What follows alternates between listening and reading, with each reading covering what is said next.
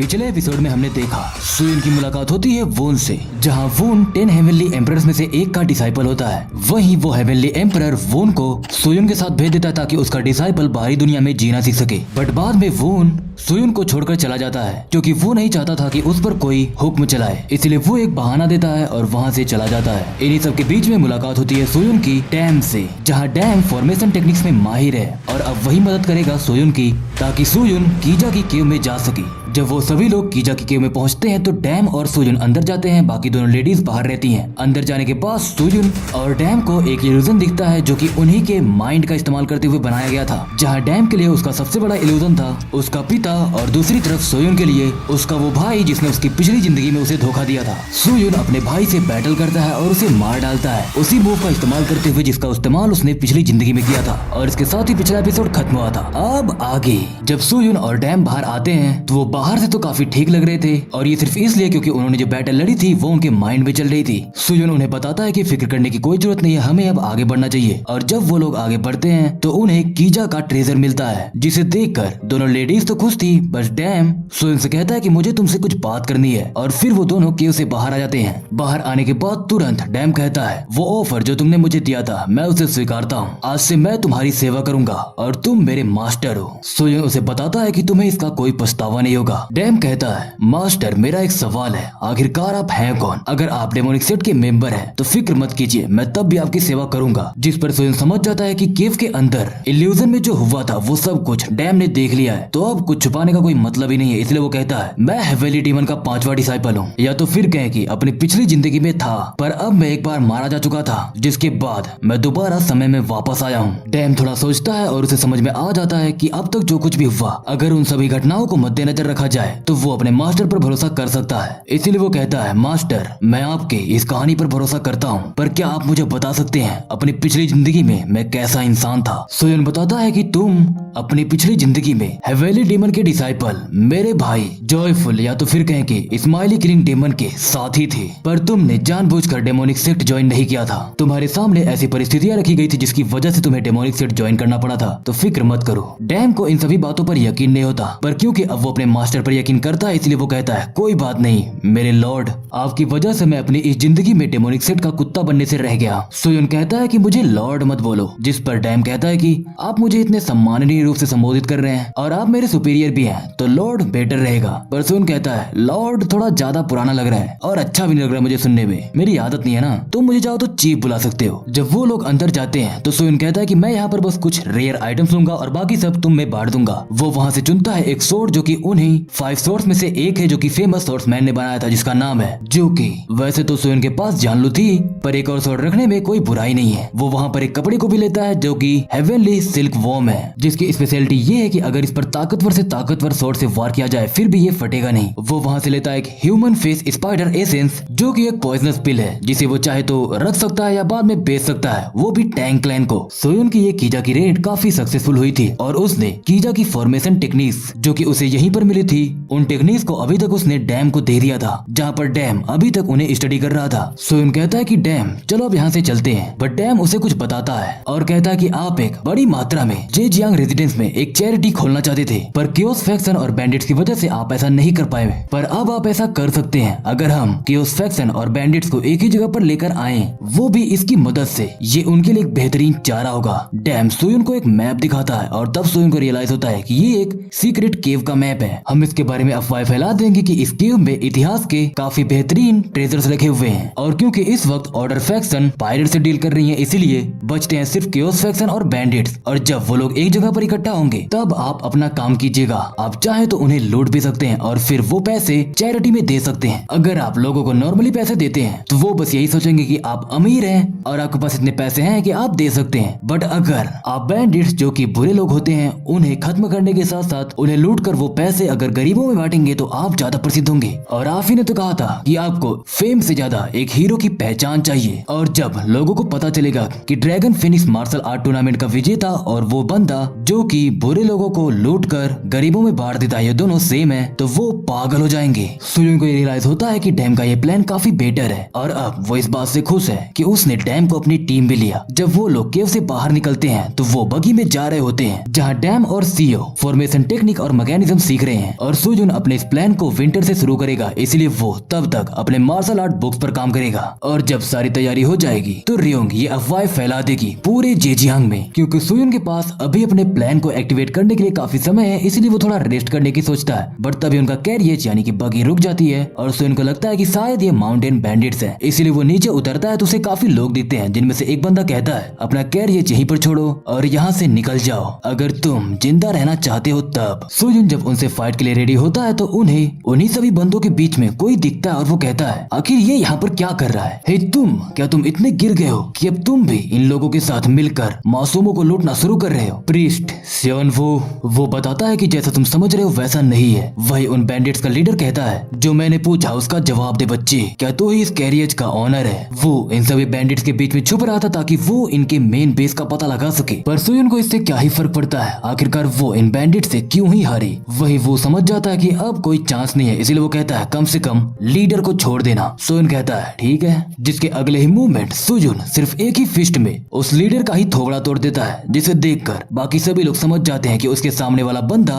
उनके औकात से काफी बाहर है, इसलिए वो डर के भाग जाते हैं। सुयुन पूछता है कि आखिरकार तुम अब मुझे बताओगे आखिर यहाँ पे चल क्या रहा है, जिस पर वो उसे बताता है कि मैं इनके बेस का पता लगाना चाहता था। बट सुयुन कहता है मुझे क्या, मैं आखिरकार तुम्हारे जैसे एक बैंडिट से क्यों बात करूं? सुयुन वहाँ से जाने लगता है और कहता है अगर तुम चाहो तो हमारे साथ आ सकते हो, चाहो तो यहीं पर रहो एक बैंडिट बन के। बट तभी वो उसकी मदद मांगता है और उसे बताता है कि मैं इन बैंडिट्स के बीच में इसलिए छुप रहा था ताकि मैं एक लड़की का पता लगा सकूं। उस लड़की के भाई ने मुझे कमीशन दिया है ताकि मैं उसकी बहन जो कि किडनैप हो चुकी है उसे बचा सकूं। वैसे तो उसने कमीशन के रूप में सिर्फ 2 ही सिल्वर्स दिए हैं, पर उसके पास जितना था उसने उतना पूरा दे दिया, तो इसीलिए मैं उसकी मदद करना चाहता हूँ और अगर इसमें आप भी मेरी मदद करें तो हम उस लड़की को जरूर बचा लेंगे। सुजुन को रियलाइज होता है कि वो जो कि हमेशा अपने आप को लोगों से ऊपर समझता था, वो सिर्फ 2 सिल्वर्स के लिए एक पूरे बैंडिट्स के ग्रुप से भिड़ने के लिए तैयार है। इसलिए सुयुन कहता है ठीक है, बताओ तुम्हारा प्लान क्या है। और तब जाके सुयुन को पता चलता है कि वो के पास कोई प्लान ही नहीं है, इसीलिए वो कहता है तुम सोच क्या रहे थे, तुम्हें सच में लगता है तुम ऐसे लोगों को बचा पाओगे? जिस पर वो कहता है कि मैं इसीलिए तो तुम्हारी मदद मांग रहा था। सुयुन कहता है देखो तुम्हारी मदद मांगने का तरीका काफी अजीब है, अगर मुझे यहाँ पर टोकन ऑफ ग्रेटिट्यूड मिलता फिर भी मैं ये काम नहीं करता। जिस पर वो कहता है अरे टोकन ऑफ ग्रेटिट्यूड मैं तुम्हें वो दे सकता हूँ, मैं तुमसे वादा करता हूँ। और बस सुयुन को तो यही चाहिए था, इसीलिए वो राजी हो जाता है और कहता है तुम बस लोगों को बचाने पर फोकस करना,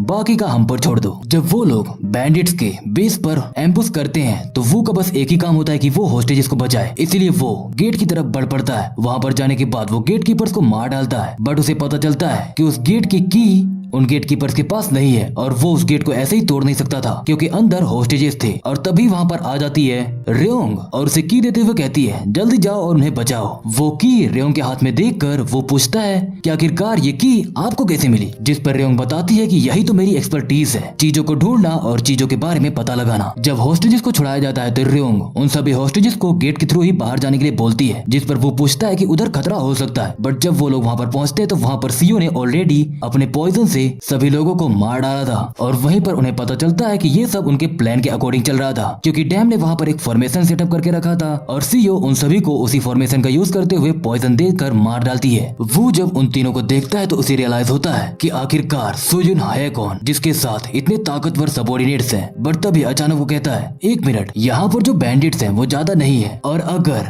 यहाँ पर बैंडिट ज्यादा नहीं है तो वो जरूर सर सुयुन की तरफ गए होंगे। भले ही सुयुन कितने भी ताकतवर हो पर वो बैंडिट 100 से भी ज्यादा है, हमें उधर ही चलना चाहिए। वो जब दूसरी तरफ पहुंचता है तो अपने सामने का नजारा देखकर उसके होश उड़ जाते हैं, क्योंकि उसके सामने सुयुन लाशों के ढेर पर बैठकर कहता है अरे क्या हुआ, तुम यहाँ पर क्या कर रहे हो? क्या तुम्हें होस्टेजेस को बचाना नहीं है? ये देखकर वो को रियलाइज होता है कि वो जो अपने आप को बचपन से स्पेशल समझ रहा था वो स्पेशल नहीं था, वो बस कुएं में कूदता हुआ एक मेढक था जो अब उसी कुएं से बाहर आकर अपनी असलियत देख रहा है। थोड़े समय बाद जब सुयुन एक जगह पर बैठा हुआ होता है तो वो वहाँ पर आता है और कहता है कि मुझसे गलती हो गई, मैं अब तक ये समझ नहीं पाया था कि आखिरकार मेरे मास्टर ने मुझे आपके साथ क्यों भेजा, पर अब मुझे ये समझ में आ चुका है, तो इसीलिए सर सुयुन प्लीज मुझे ट्रेन कीजिए। सुयुन कहता है, अरे तुम घुटनों के बल क्यों बैठ रहे हो, फिक्र मत करो, वैसे भी मैं तुम्हें ट्रेन करने वाला था। वो ये सुनकर काफी हैरान होता है। वहीं सोयुन वो को सिर्फ इसलिए ट्रेन करना चाहता था क्योंकि उसे वो की जरूरत विंटर वाले प्लान में है। ट्रेनिंग हॉल में सोयुन वो को बताता है कि मैं तुम्हें जो ट्रेनिंग देने वाला हूँ वो एक स्पेशल ट्रेनिंग है, क्योंकि तुम्हारी सबसे बड़ी कमजोरी तुम्हारा बैटल एक्सपीरियंस है, इसीलिए तुम्हें ये स्पेशल ट्रेनिंग करनी होगी। जिस स्पेशल ट्रेनिंग में तुम्हें मेरे साथ बैटल करनी है। तुम्हें मेरे साथ बैटल इसलिए करनी है ताकि तुम्हारा ये शरीर चीजों को जल्दी अडेप्ट करे,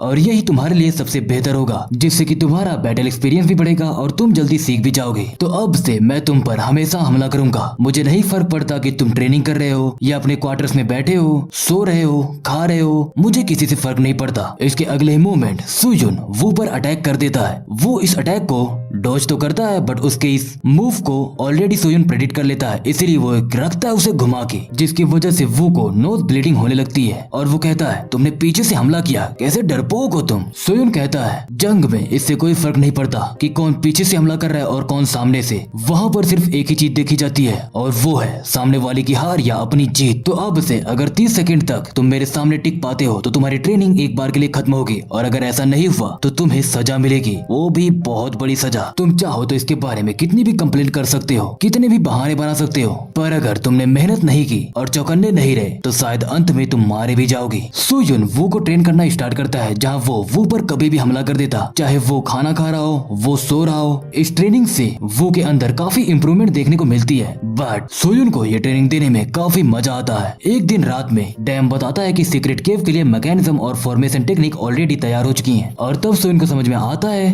कि जैसे ही वो अपनी मार्शल आर्ट बुक बना लेगा उसकी तैयारी हो जाएगी। सुजुन को अब तक ये समझ नहीं आ रहा था कि आखिरकार वो इस बुक में लिखे क्या, जिसकी वजह से लोग उसकी तरफ आकर्षित हो। वैसे तो उसे कई मार्शल आर्ट टेक्निक और की एक्यूमुलेशन टेक्निक्स आती थी, बट उनमें से ज्यादातर डेमोनिक सेट की थी, और क्योंकि सुजुन इस वक्त डेमोनिक सेट के हेवनली डीमन का ध्यान अपनी तरफ नहीं खींचना चाहता था, इसीलिए वो इस टेक्निक को उनमें नहीं लिखना चाहता था। जिस पर डैम बताता है कि ये तो बहुत ही सिंपल है, आप अपनी एक डेमोनिक आर्ट बुक बनाइए और उस पर लिख दीजिए, जिससे कि लोगों को ज्यादा शक भी नहीं होगा, क्योंकि हम लोगों को ये बताएंगे कि ये इतिहास का एक खजाना है। और बस सुजुन को ये आइडिया पसंद आता है और वो अपने काम में लग जाता है। अगली सुबह पूरे जेजियांग में ये खबर फैल जाती है कि 200 साल पहले जो एविल डार्क यूनियन लीडर था, जिसने की केओस फैक्शन और जेजियांग पर राज किया, उसने अपने सीक्रेट मार्शल आर्ट को अपनी सीक्रेट केव में छोड़ा है, और जो भी उस सीक्रेट केव में सभी चैलेंजेस को पीछे छोड़ते हुए पहुंचेगा वो केओस फैक्शन और जेजियांग पर राज करेगा। और बस इस खबर के फैलते ही सभी बैंडिट्स उसी सीक्रेट केव की तलाश में निकल पड़ते हैं। दूसरी तरफ सुजुन वो को ट्रेनिंग दे रहा होता है, और अब काफी समय बाद वो सुजुन का सामना 30 सेकंड्स तक कर लेता है, इसलिए सुजुन बताता है कि आज की ट्रेनिंग खत्म हुई। वहीं वो जब थोड़ा सा रिलैक्स्ड होता है तो सुजुन कहता है कि मैं अपने टोकन ऑफ ग्रेटिट्यूड का इस्तेमाल करना चाहता हूँ, जिस पर वो कहता है ऑलरेडी वो दिन आ गया,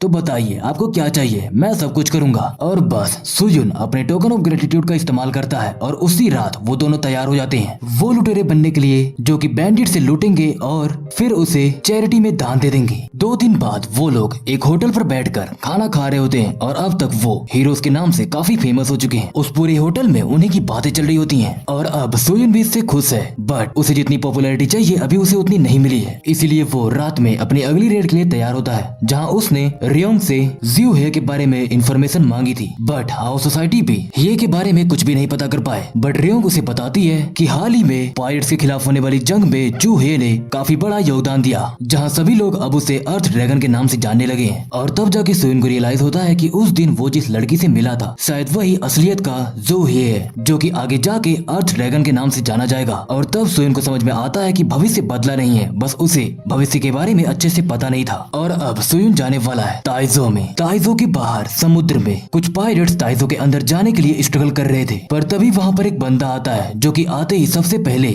लड़ने की बजाय अपने सामने मौजूद चेंड ओग्रे ट्विन ब्लेड को एक ऑफर देता है, और कहता है कि मैं तुम्हारे लिए गेट्स ओपन कर दूंगा, मैं ध्यान भटकाऊंगा और तुम सब इसी मौके का फायदा उठाकर अंदर चले जाना। ओग्रे पूछता है कि इसमें तुम्हारा क्या फायदा, जिस पर वो मास्क लगाए हुआ बंदा बताता है कि मैं बस चाहता हूँ कि यहाँ पर केओस हो, और हाँ मास्टर ने डेमोनिक सेट से तुम्हारे लिए कुछ तोहफे भी भेजे हैं। वो बंदा जब गिफ्ट देता है तो गिफ्ट पाकर ओग्रे काफी खुश होता है, क्योंकि उसमें 2 स्वॉर्ड्स होती हैं। दूसरी तरफ ताइजो की यंग लॉर्ड, जो कि इस वक्त कहीं पर जा रहा होता है, तभी उसे पता चलता है कि पायरेट्स ने अटैक कर दिया है। ऑल्दो सोल्जर्स ने पायरेट्स का रास्ता तो ब्लॉक करके रखा था, बट किसी ने उनका ध्यान भटकाया जिसकी वजह से पायरेट्स अंदर आ गए और अभी तक इसके बारे में गवर्नमेंट को भी नहीं पता है, इसीलिए यंग लॉर्ड को ही यहाँ पर मौजूद सेना को लीड करना होगा। दूसरी तरफ सुबह में अभी तक सुजुन और वो भी ताइजो में पहुंच चुके हैं, जहाँ पहुंचते ही जब वो अपने आसपास नजरें डालते हैं तो उन्हें ये सुर सुनाई देता है कि पायरेट्स ने हमला कर दिया है। वो पूछता है कि आखिरकार अब आप क्या करने वाले, जिस पर सुजुन कहता है कि हमें अपने काम पर फोकस करना चाहिए। मुझे नहीं लगता ये पायरेट्स यहाँ पर मौजूद लोगों को मारने के लिए आए, ये बस यहाँ पर आए हैं सप्लाईज लेने के लिए। बट तभी उसकी नजर एक जंगल की तरफ पड़ती है जहाँ पर एक ब्लास्ट हुआ था और तब उसे रियलाइज होता है कि नहीं, इनका मकसद यही नहीं है, इसलिए वो तुरंत उसी तरफ बढ़ पड़ता है। जब सुयुन वहाँ पर पहुँचता है तो वो देखता है कि वहाँ पर आग लगी है और इस वक्त सुयुन के दिमाग में सिर्फ एक ही ख्याल आता है, साओ सिंह, जिया सिंह,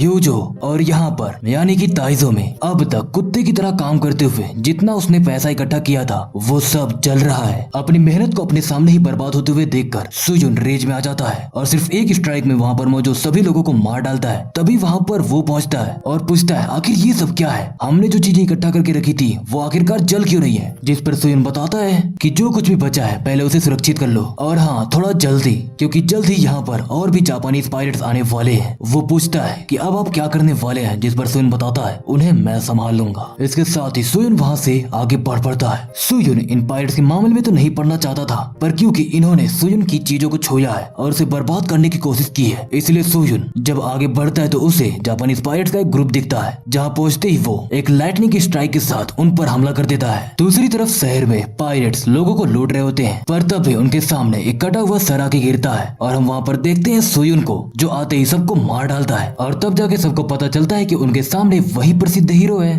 जो कि आजकल अफवाहों में बहुत सुनने को मिल रहा है, जिसका नाम है फोक्स मास्क हीरो। सुयुन अंदर मौजूद पायरेट्स को ही मारना शुरू करता है, क्योंकि अभी उसके पास भी इतना स्टेमिना नहीं है कि वो सभी पायरेट्स को मार सके, इसलिए वो समुद्र के किनारे वाले इलाके की तरफ नहीं जाता है और रेजिडेंस में ही लोगों को बचाता है ताकि सभी लोग उसके काम को देख सके। वहीं दूसरी तरफ समुद्र में एक बंदा अपने यंग लॉर्ड को बताता है कि काफी बड़ी प्रॉब्लम हो गई है, पायरेट्स के शिप पर जो है वो 4 जनरल में से एक चेंड ओग्रे ट्विन ब्लेड है। वही यंग लॉर्ड को भी समझ नहीं आ रहा था कि आखिरकार पायरेट्स का वो जनरल यहाँ पर क्या कर रहा है। दूसरी तरफ शहर में सुयुन सभी पायरेट्स को मौत के घाट उतार रहा होता है और जस्ट थोड़े समय बाद उसे रियलाइज होता है कि अब ज्यादा पायरेट्स नहीं बचे हैं, इसलिए वो रिलैक्स्ड हो जाता है। बट तभी उसके पीछे से आवाज आती है, मैं सोच ही रहा था कि आखिरकार मेरे सभी लोग गए कहाँ पर किसे पता था कि यहाँ पर ये सब हो रहा है, क्या तुम ही हो जिसने इनका ये हाल किया है। हम देखते हैं वहाँ पर ट्विन ब्लेड ओग्रे को, जिसे देखकर सुयुन ये समझ जाता है कि ये कम से कम एसेंट लेवल से आगे है। वही ट्विन ब्लेड ओग्रे सीधे सुयुन पर अटैक करता है, बट सुयुन इस अटैक को ब्लॉक कर देता है, जिसे देखकर ओग्रे काफी इंप्रेस होता है, क्योंकि उसे फाइनली अपने नए वेपन को टेस्ट करने के लिए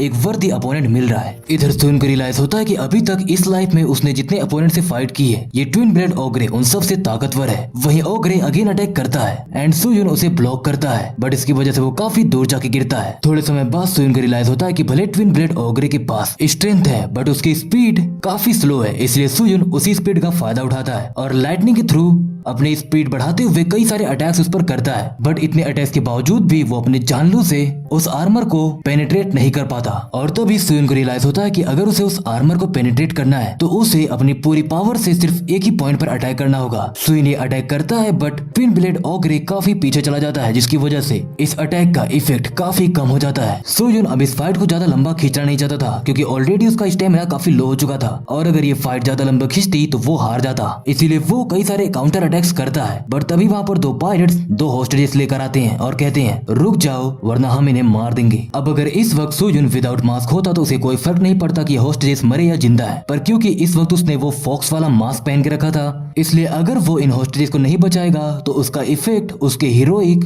फेम पर पड़ेगा, जिसकी वजह से सुयुन ये समझ नहीं पाता कि आखिरकार वो करे तो करे क्या। दूसरी तरफ यंग लॉर्ड को पता चलता है कि शहर के अंदर पायरेट्स की संख्या कम हो रही है और काफी समय से उन्हें ट्विन ब्लेड ओग्रे भी नहीं दिख रहा है, इसलिए वो उस मौके का फायदा उठाता है और कहता है चलो हम अंदर चलते हैं, ये हमारे ही फायदे की बात है। जब वो लोग अंदर जा रहे होते हैं तभी एक पहाड़ पर डेमोनिक सेट के कुछ मेंबर्स उन पर नजर बनाए थे, जिनमें से एक कहता है समय आ चुका है अब उसे शुरू करो। सीन शिफ्ट होकर हम देखते हैं सुयुन को, जो अभी भी कंफ्यूज था कि आखिरकार वो करे तो करे क्या। बट तभी ट्विन ब्लेड ओग्रे कहता है उन सभी होस्टेजेस को जाने दो, मैं एक वॉरियर हूँ और बहुत समय बाद मुझे एक ऐसा स्ट्रॉन्ग अपोनेंट मिला है जिससे कि मैं लड़ना चाहता हूँ और मैं ये नहीं चाहता कि मेरा अपोनेंट मेरे अलावा किसी और प्रॉब्लम को फेस करे, इधर सुयुन ये नहीं समझ पाता कि ऐसा एक बंदा जो कि एक फाइट के रूप में लड़ता है, वो ऑर्डर फैक्शन में कर क्या रहा है। ये उन सभी ऑर्डर फैक्शन वालों से काफी अलग है। वहीं वो होस्टेस आजाद हो जाते हैं, जिन्हें देखकर अगेन ट्विन ब्लेड ऑग्रे सोइन पर अटैक करता है और फिर उनकी फाइट कंटिन्यू होती है, जहाँ कभी सोइन भारी पड़ रहा था, कभी ट्विन ब्लेड ऑग्रे।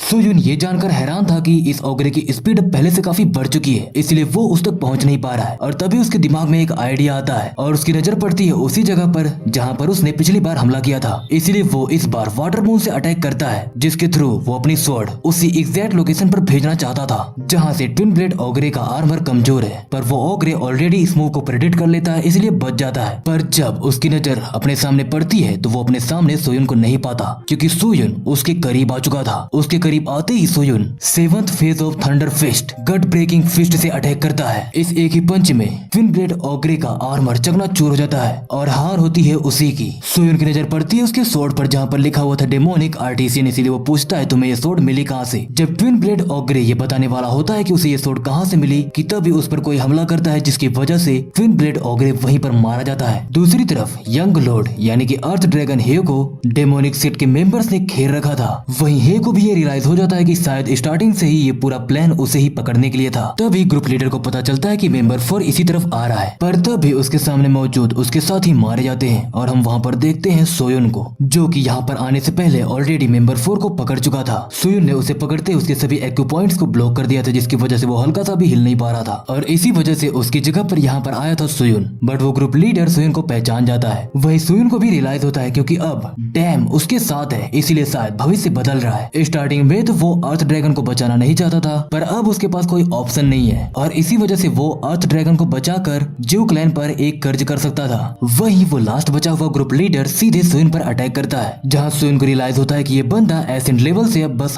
हल्की सी ही कदम की दूरी पर है, इसलिए वो भी काफी संभल कर लड़ता है। वो ग्रुप लीडर एक इल्यूजन के थ्रू अटैक करता है, बट सोयुन उस इल्यूजन को आसानी से पहचान जाता है, इसलिए वो काउंटर अटैक कर देता है, बट उसका वो अटैक भी ग्रुप लीडर द्वारा ब्लॉक कर दिया जाता है। ग्रुप लीडर अगेन उसी अटैक को सोयुन पर करता है, जिसे सोयुन अपने फोरआर्म का यूज करते हुए ब्लॉक करता है। उस अटैक को हिट होते हुए देखकर ग्रुप लीडर समझ जाता है कि थोड़े ही समय में सोयुन ऑलरेडी मर जाएगा, क्योंकि उन नीडल्स में पॉइजन लगा हुआ था। इसलिए वो ग्रुप लीडर सीधे अर्थ ड्रैगन की तरफ बढ़ता है, पर क्योंकि सोयुन जो कि ऑलमोस्ट 1000 पॉइजन से इम्यून है, इसलिए उसे इन पॉइजन से भी कोई भी इफेक्ट नहीं होता। और इससे पहले कि वो ग्रुप लीडर को समझ पाता, सोयुन उसके पीछे आता है और उसकी गर्दन उड़ा देता है। सोयुन इस वक्त देरी नहीं करना चाहता था, इसलिए वो तुरंत वहां से जाने वाला होता है, बट तभी अर्थ ड्रैगन यानी कि हे कहता है मैं तुम्हारा नाम तो नहीं पूछूंगा, बट अगर तुम्हें कभी समय मिले तो हमारे क्लैन में जरूर आना। हे जब सिटी में पहुंचता है तो उसे पता चलता है कि ट्विन ब्लेड ऑग्रे ऑलरेडी मारा जा चुका है, और जब उसे पता चलता है कि फॉरेस्ट में भी कुछ पायरेट्स मारे गए हैं तो वो पूछता है क्या हमें स्वॉर्ड्स के उन निशानों से कोई सुराग मिला है, जिस पर सामने वाला बंदा बताता है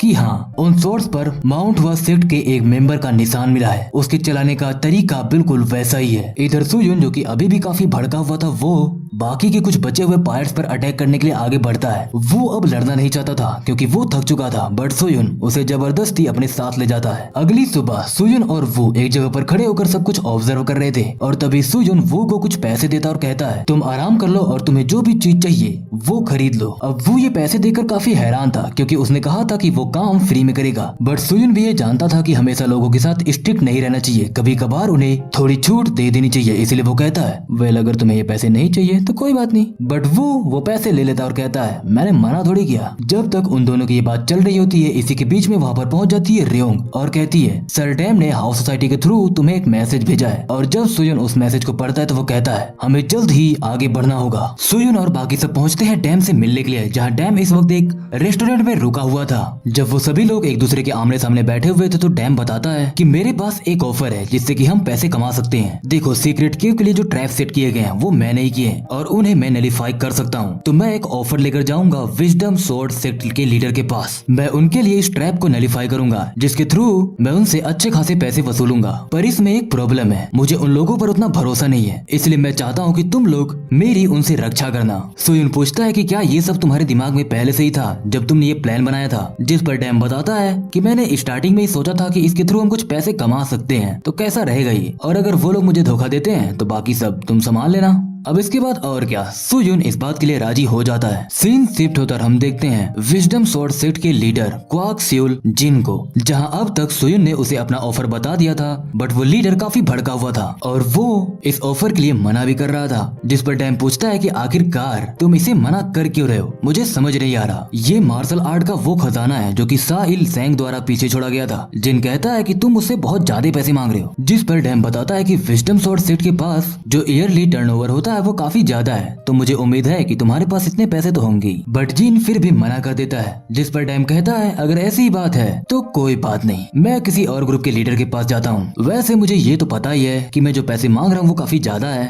बट फिर भी उस सीक्रेट क्यू में जो मिलेगा उसके मुकाबले ये कुछ नहीं है, तो बाकी के ग्रुप लीडर्स मेरी बात जरूर मान लेंगे। डैम जस्ट वहाँ से जा ही रहा होता है कि तभी जिन उसे रोक लेता है और उसे पूछता है कि अगर तुम उन ट्रैप्स को नलिफाई नहीं कर पाए तब क्या होगा, जिस पर डैम क्लियरली बता देता है कि तुमने ऑलरेडी मेरा बैकग्राउंड चेकअप कर लिया है, फिर भी अगर तुम्हें डाउट है तो मैं बता दूं कि अगर मैं उन ट्रैप्स को नलिफाई नहीं कर पाया तो मैं तुमसे एक पैसे भी नहीं लूंगा। और बस ये सुनकर वो लीडर राजी हो जाता है। रात में डैम और सुयुन एक जगह पर होते हैं जहाँ सुयुन बताता है कि तुम इस वक्त विजडम सेट की टेरिटरी में हो, तो तुम्हें फिक्र करने की कोई जरूरत नहीं है और मुझे जल्द ही कुछ समय के लिए हुआंग मर्चेंट ग्रुप की तरफ जाना है। एंड बस ये बोलकर सुयुन वहाँ से चला जाता है। इधर डैम कहता है कि मैं बाकी की प्रिपरेशंस कर लेता हूँ। डैम अपने कमरे में आता है, अपनी तैयारी करता है एंड देन कैंडल बुझा के सो जाता है। बट उसके सोते ही हम देखते हैं कि उस पर कोई नजर बनाए हुए है। वो बंदा बिना समय व्यस्त किए खिड़की से अंदर आता है और सीधे डैम पर हमला कर देता है, बट अगले ही मोमेंट वहाँ पर होता है एक ब्लास्ट और डैम बच जाता है। और तब हमें पता चलता है कि ये सब कुछ डैम और सुयुन का प्लान था, जहाँ डैम ने वहाँ पर ऑलरेडी एक फॉर्मेशन टेक्निक सेट करके रखी थी, जिसकी वजह से उसे कोई ज्यादा चोट नहीं लगी। जिसने हमला किया था वो आगे लड़ना नहीं चाहता था, इसलिए वो काफी सतर्क हो जाता है और वहाँ से भागने लगता है। पर इस वक्त तक जैसा कि डैम और सुयुन का प्लान था, सुयुन असल में वहाँ से गया नहीं था, इसलिए वो उस बंदे का पीछा करता है। पीछा करते हुए वो उससे कहता है कहाँ जा रहे हो, और उसके साथ ही उस पर एक अटैक लैंड करता है, जिसकी वजह से वो दोनों आमने सामने गिर जाते हैं। सुयुन उसे जिंदा पकड़ना चाहता था, इसलिए वो उस पर ज्यादा खतरनाक हमले नहीं कर रहा था, वहीं वो बंदा सुयुन पर अटैक किए जा रहा था। सुयुन भी उस बंदे पर काउंटर अटैक करता है एंड जब उनकी फाइट स्टार्ट होती है तो सुयुन उस बंदे में काफी कुछ नोटिस करता है और उसे रियलाइज होता है कि उसके सामने वाला बंदा एक असैसिन है, जिसे की बहुत ही हाई लेवल की ट्रेनिंग मिली है। वो ज्यादातर एक्सटर्नल वेपन्स का इस्तेमाल करता था और वो खुद को छुपाने में माहिर भी है। वो असैसिन पूछता है आखिर तुम्हें कैसे पता चला कि मैं आ रहा हूँ, जिस पर सुयुन बताता है कि मुझे स्टार्टिंग से ही पता था, जब हम विजडम स्वॉर्ड सेट के लिए निकले थे तभी से तुम हमारा पीछा कर रहे थे। जिस पर वो असैसिन कहता है कि आखिर तुम्हें ये कैसे पता चल सकता है, तुम हर समय तो अपने की सेंसेस को एक्टिव रख नहीं सकते। बट सुयुन इन सब का पता इसलिए लगा पा रहा था क्योंकि वो अपनी पिछली जिंदगी में जहाँ पला बड़ा था वो थी वो केव, जहाँ पर मौत कहाँ से आ जाए किसी को नहीं पता, इसलिए अब ये उसकी हैबिट में हो गया था कि वो हमेशा चौकन्ना रहे। सुयुन पूछता है कि आखिरकार तुम्हें भेजा किसने है, बताओ कौन है जो सर डैम्स को मरवाना चाहता है, अगर तुम मुझे आसानी से बता देते हो तो मैं तुम्हें एक आसान मौत दूंगा। बट वो असैसिन सुयुन पर एक पॉइजन पिल से अटैक कर देता है, बट जैसा कि सुयुन पर किसी भी पॉइजन का इफेक्ट नहीं होता, इसलिए वो उस असैसिन को पकड़ लेता है और उसे लाइटनिंग का एक तगड़ा झटका देता है। सुयुन वहाँ पर एक बैरियर बनाते हुए कहता है कि तुम यहाँ से भागने की कोशिश भी मत करना, और तुम अगर सही सलामत जाना चाहते हो तो मुझे अभी बताओ कि आखिरकार सर डैम का असैसिनेशन वाला टास्क तुम्हें दिया किसने, जिस पे वो असैसिन कहता है कि मैं तुम्हें नहीं बताने वाला। सुयुन उसे एक लाइटनिंग का झटका देता है और कहता है स्टार्टिंग में सब लोग ऐसा ही बोलते हैं, बट एंड में सब तड़प कर मुझसे मौत की भीख मांगते हैं। सुयुन अगेन उस असैसिन को लाइटनिंग का झटका देने वाला होता है, बट तभी वो असैसिन कहता है 5 घोस्ट सेक्ट के लीडर ने मुझे भेजा है। सुयुन समझ जाता है कि 5 ghost sect leader wisdom sword sect के लीडर का दुश्मन है, इसलिए उसने पता कर लिया होगा कि विजडम सेक्ट इस वक्त एक डील करने वाली है, वो भी उस गुफा के बारे में, इसलिए उन्होंने सर डैम को मरवाने के बारे में सोचा। सुयुन उस असैसिन के ऊपर से मास्क हटाता है और कहता है सियो होसियोन, वो जो मर्डरस डेमन को मारने के बाद खुद अपने पेरेंट्स को ढूंढने के लिए निकल गया और तब उसने एक नाम अडेप्ट किया, उस नाम को उसने अपनी पहचान बनाई और वो नाम है सैम्बो। वही सैम्बो ये देखकर हैरान था कि सुयुन उसे पहचान गया है, बट इधर सुयुन सोचता है हेवनली मास्क्ड किलर सियो होसियोन, वो नोटोरियस असैसिन जिसने 10 हेवनली एम्परर्स में से एक द स्वॉर्ड किंग को मार डाला, मेरे भाई जॉयफुल किलिंग डीमन सोवरेन का राइट हैंड मैन, और वो शैडो जो कि मेरे भाई के लिए हर गलत काम करता था, यही वो बंदा है। सुयुन सोचता है क्या ही किस्मत है मेरी, मर्डरस डेमन सेक्ट एक ऐसा किलर सेक्ट जहाँ पर बच्चों को किडनैप करके लाया जाता है और उन्हें एक दूसरे से लड़ाया जाता है जब तक वो एक दूसरे को मार न दे, और फिर उन्हें ट्रेन करके एक असैसिन बनाया जाता है। सियो होसियोन ने उस असैसिन ग्रुप में रहते हुए अपनी असली मकसद को छुपा कर रखा ताकि वो वो अपना बदला ले सके। और जैसे जैसे वो एक स्पेशल असैसिन बना, उसने तुरंत मर्डरस डेमन सेट के लीडर और सभी असैसिन्स को मार डाला और फिर वो भटकता रहा। और जब उसके पीछे ऑर्डर फैक्शन का एक एक्सपर्ट पड़ा तो वो एंड में डेमोनिक सेट की तरफ भाग गया। और कुछ कारणों की वजह से जब वो डेमोनिक सेट में था तो मेरे भाई जॉयफुल किलिंग डीमन सोवरेन की नजर उस पर पड़ी और उसने इसे अपने साथ रख लिया, जहाँ पर इसने काफी हाई लेवल की मार्शल आर्ट टेक्निक्स को सीखा और एक उपलब्धि प्राप्त की जिसमें उसने 10 हेवनली एम्परर्स में से एक द स्वॉर्ड किंग को मार डाला। पर मेरी पिछली जिंदगी में ये प्लम ब्लॉसम डिवाइन स्वॉर्ड के हाथों मारा गया था।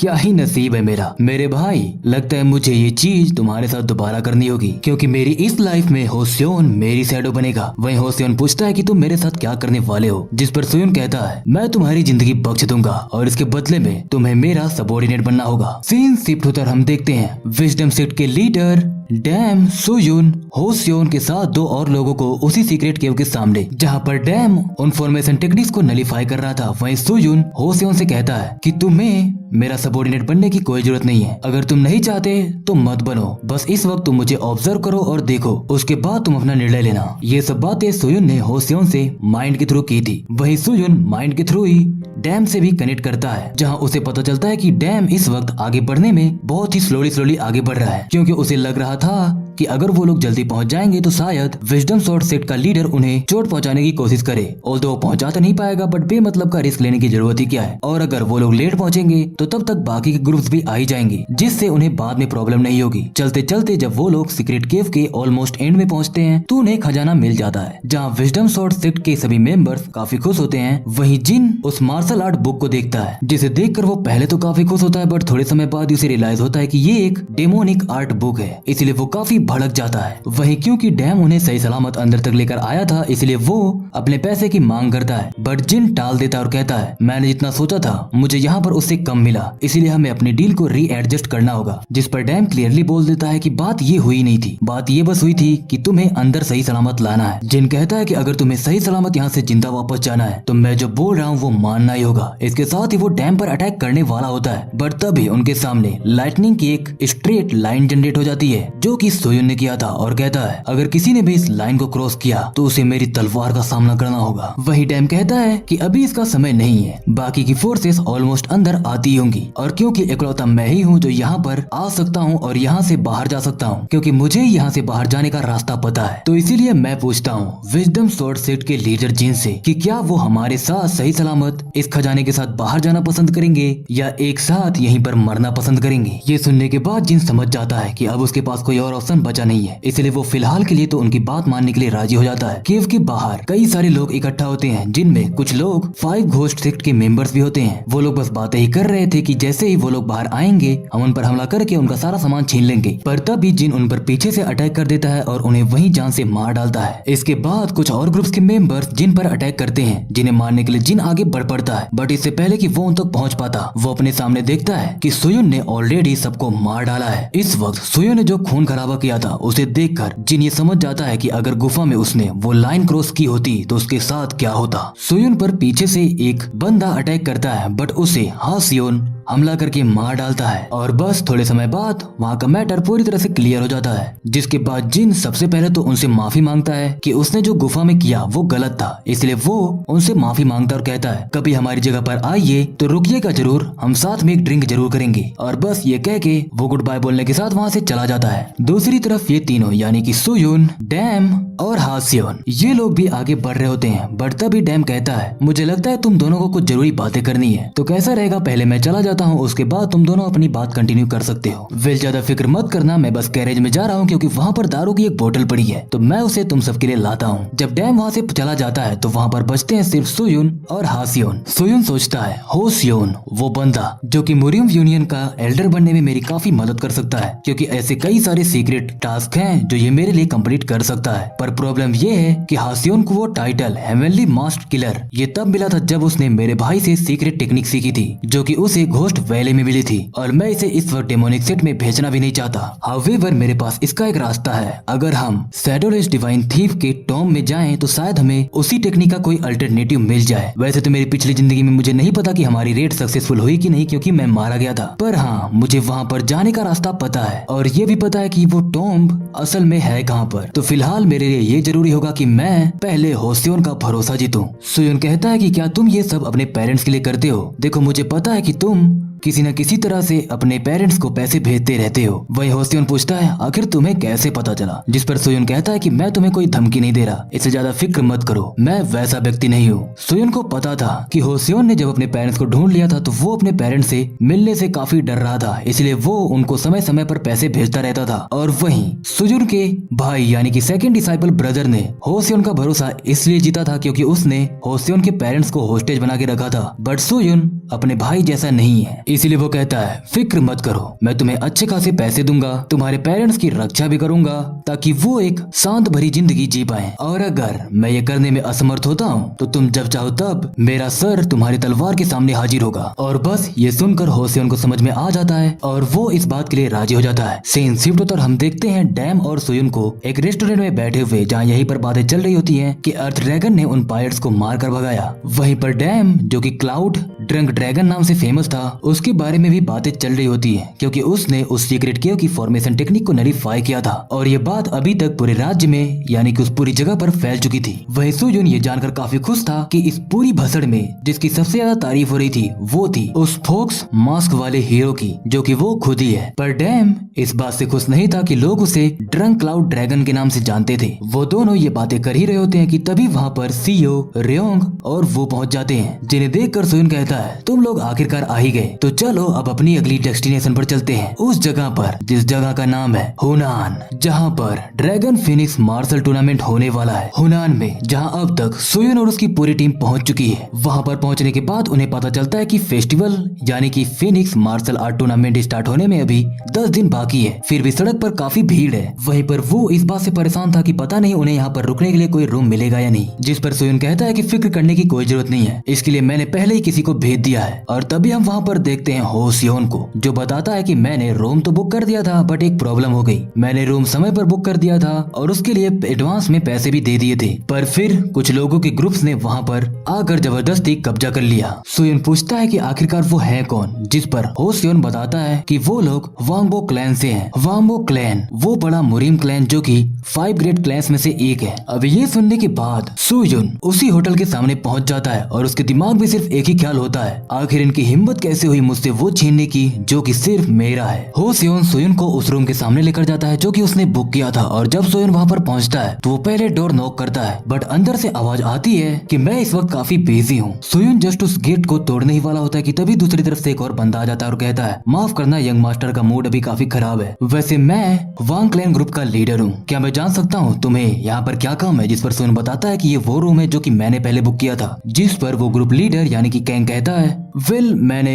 इस जगह के मालिक से पहले ही बात कर ली है और अगर तुम चाहते हो तो मैं तुम्हें इस रूम में जितने पैसे लगे हैं उतने वापस कर सकता हूँ। जिस पर सुयुन कहता है कि मुझे इस रूम को छोड़ने की जरूरत ही क्या है। कैंग कहता है कि तुमने इस रूम को ऐसे टाइम पर बुक किया है जिस टाइम पर बहुत सारे लोग यहाँ पर आने वाले हैं, तो गलती तुम्हारी है। और ये कहने के साथ ही वो वहाँ से जाने लगता है। ये सुनने के बाद सुयुन समझ जाता है कि ये बंदा इस वक्त एक ऐसा कारण बता रहा है जो कि एक अच्छे से कारण भी नहीं है। आखिरकार लोगों के यहाँ पर आने से मेरे इस रूम की बुकिंग का क्या लेना देना है? इसलिए वो कहता है तो चलो, क्योंकि हम दोनों ही इस रूम को छोड़ना नहीं चाहते, इसलिए हमें एक बैटल करनी चाहिए जिसके थ्रू हम पता लगाएंगे। और इस बैटल में मैं दाव पर लगाने वाला हूँ ये heavenly silk worm treasured garment. तो मुझे बताओ तुम क्या दाव पर लगाओगे? अब ये सुनते ही हुआंगबो क्लैन का डायरेक्ट डिसेंडेंट यानी कि हुआंगबो जिन बाहर आता है और इसके साथ ही हम देखते हैं उन दोनों के बीच में होने वाली फाइट को, जो कि अभी स्टार्ट होने वाली होती है। वहीं पर होसियोन पूछता है कि क्या आप सही रहेंगे क्योंकि आपका इस वक्त अपोनेंट जो है वो हुआंगबो क्लैन का डायरेक्ट डिसेंडेंट है। जिस पे सुयुन कहता है कि तुम्हें फिक्र करने की कोई जरूरत नहीं है, फिक्र तो सामने वाले को करना चाहिए। सुयुन को यह पता था कि उसके सामने उसका जो अपोनेंट है वो भविष्य में जाकर फिस्ट ड्रैगन के नाम से प्रसिद्ध होने वाला है। हुआंगबो जिन जो कि Dragon Phoenix Martial Art Tournament में काफी अच्छा नाम कमाता है और फिर वो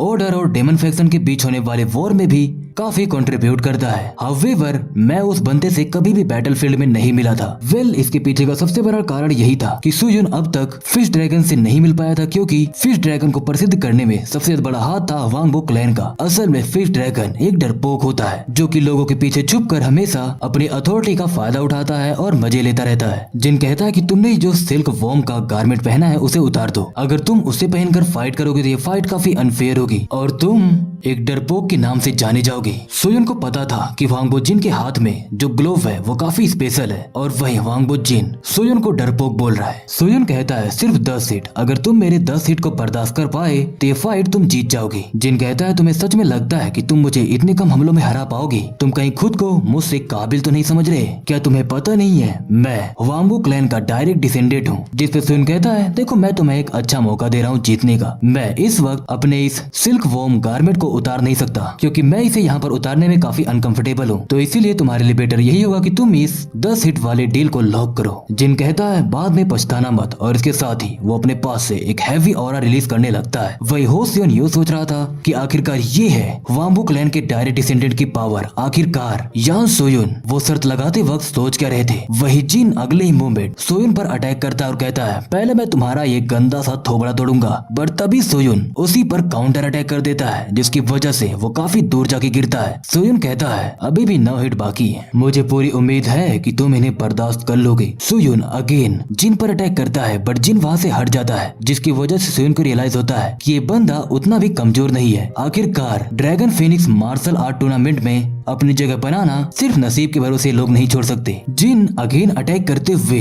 इस बार यूज करता है वांगबो क्लैन के 5 मूव फिस्ट को, बट इससे पहले कि उसका अटैक हिट कर पाता अचानक सोयुन उस पर काउंटर अटैक कर देता है। सोयुन उस पर 7-8 अटैक करता है और उसे पीट कर उसकी हालत खराब कर देता है जिसकी वजह से जिन खड़ा तक होने की हालत में नहीं रहता। सोयुन कहता है वेल अभी मेरा लास्ट हिट बचा है। इधर जिन समझ जाता है कि वो सोयुन के खिलाफ जीत नहीं सकता, इसलिए वो अपने साथ मौजूद लोगों को कहता है तुम लोग खड़े क्यों हो, उस पर हमला करो, जरूर वो कोई डर्टी ट्रिक खेल रहा है, इसी वजह से मैं उसे हरा नहीं पा रहा। ये सुनते ही जिन के साथ आए हुए सभी लोग जिनको चारों तरफ से घेर लेते हैं। अब सोयुन जो कि उन सभी को इतना भी काबिल नहीं समझता था कि वो उनके खिलाफ अपनी स्वॉर्ड इस्तेमाल करे, इसलिए वो अपनी स्वॉर्ड अपने पास रखता है एंड वही जमीन पर एक किक मारता है जिसकी वजह से इतनी तेज की लाइटनिंग जनरेट होती है कि सबको एक लाइटनिंग स्ट्राइक पड़ती है। सोयुन थंडर फिस्ट के फर्स्ट फेज से अटैक करता है जिसकी वजह से एक बंदा काफी दूर जाके गिरता है। बाकी के बचे हुए लोग उसकी लाइटनिंग स्ट्राइक से ही ढेर हो गए थे। वहीं सोयुन कहता है कहीं तुम भूल तो नहीं गए कि हमारी शर्त क्या थी? जिन कहता है शर्त? कैसी शर्त? सोयुन बताता है मैंने दाव पर लगाया था heavenly silk worm treasured garment और तुमने दाव पर लगाया था तुम्हारा वो गॉन्टलेट। जिन कहता है गॉन्टलेट? मैं तुम्हें ये नहीं दे सकता, ये मुझे मेरे पिता ने बचपन में दिया था जिसकी वजह से ये मेरे लिए काफी कीमती है, तो मैं तुम्हें ये नहीं दूंगा। सोयुन कहता है तुम्हें लगता है मुझे इसकी फिक्र है कि तुम्हें ये किसने दिया था? जिस पर जिन कहता है तुम्हें अंदाजा नहीं है क्या वांगबो क्लैन के बारे में? सोयुन कहता है देखो ये सब तुमने ही शुरू किया, तुमने ही पहले मेरे रूम पर कब्जा किया, अगर तुमने वो नहीं किया होता तो मुझे ऐसी करने की कोई जरूरत ही नहीं थी, तुम्हारे पास उस रूम पर कब्जा करने का कोई कारण भी नहीं था। जिस पर जिन बताता है कि हमारे पास एक कारण था, हम अपने एक स्पेशल गेस्ट को वहाँ पर ठहराना चाहते थे क्योंकि हम उन्हें ऐसी वैसी जगह पर नहीं ठहरा सकते, और वो गेस्ट थे स्विफ्ट स्लैशिंग स्वॉर्ड और फुल फोर्स फिस्ट, वो जो मुरीम यूनियन के एल्डर्स हैं, मुरीम के बड़े नाम। तो क्या अब तुम्हें समझ में आ रहा है? अगर अब तुमने मुझे कुछ करने की कोशिश की तो तुम बड़ी समस्या में फंस सकते हो। सोयुन कहता है देखो तुम जो बोल रहे हो वो मुझे समझ में तो आ रहा है, पर हमने जो शर्त लगाई थी उसका इस बात से कोई भी लेना देना नहीं है। जिन कहता है क्या अभी भी तुम समझ नहीं रहे कि तुम जो कर रहे हो उसकी वजह से तुम कितनी बड़ी समस्या में फंस सकते हो? सोयुन कहता है देखो मैंने यहाँ पर एक फाइट की है और वो भी एक सही ढंग से, बल्कि चीटिंग तुमने की और तुम यहाँ पर गलत हो, और ये सब कुछ मेरे दोनों सबऑर्डिनेट्स जिनमें से एक प्लम ब्लॉसम डिवाइन का डिसाइपल है और दूसरा जो कि टैंक क्लैन की डायरेक्ट डिसेंडेंट है, इन दोनों ने देखा है, तो तुम्हें लगता है कि मुझे फिक्र करने की जरूरत है? जिन कहता है आखिरकार वो दोनों यहाँ पर कब से थे? सोयुन कहता है जरूरी ये नहीं है, जरूरी ये है कि मेरे पास अभी भी एक हिट बचा हुआ है, तो क्या